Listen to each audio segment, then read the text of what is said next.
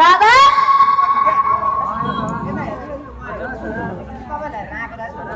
बाबा फेरि कोटलै होला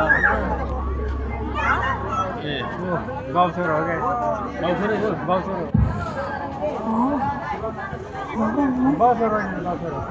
हेलो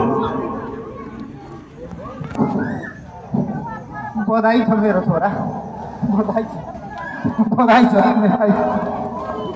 बाबा किन रुनु भएको रुएको छैन छोरा म यी त खुसीका आँसुहरू हुन् बाबु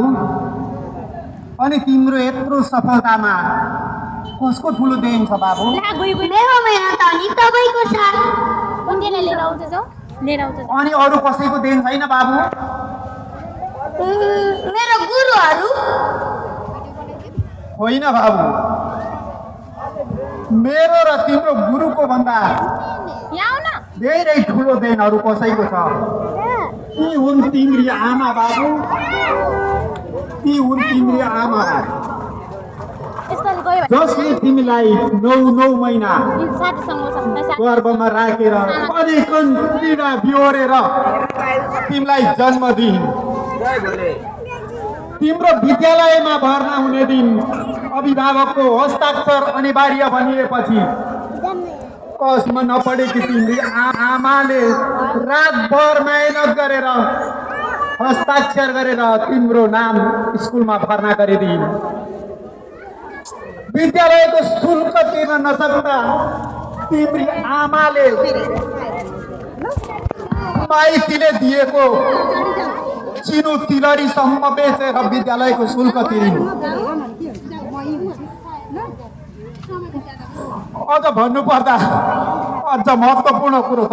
यहाँ छ बाबु जुन प्रतियोगितामा तिमी भाग लिन गयौ जान पाउने भयौ त्यो दिन हामीसँग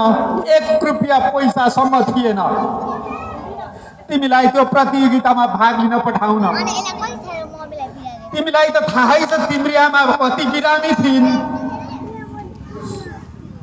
तिम्री आमाले आफ्नो बिरामको उपचार गर्नलाई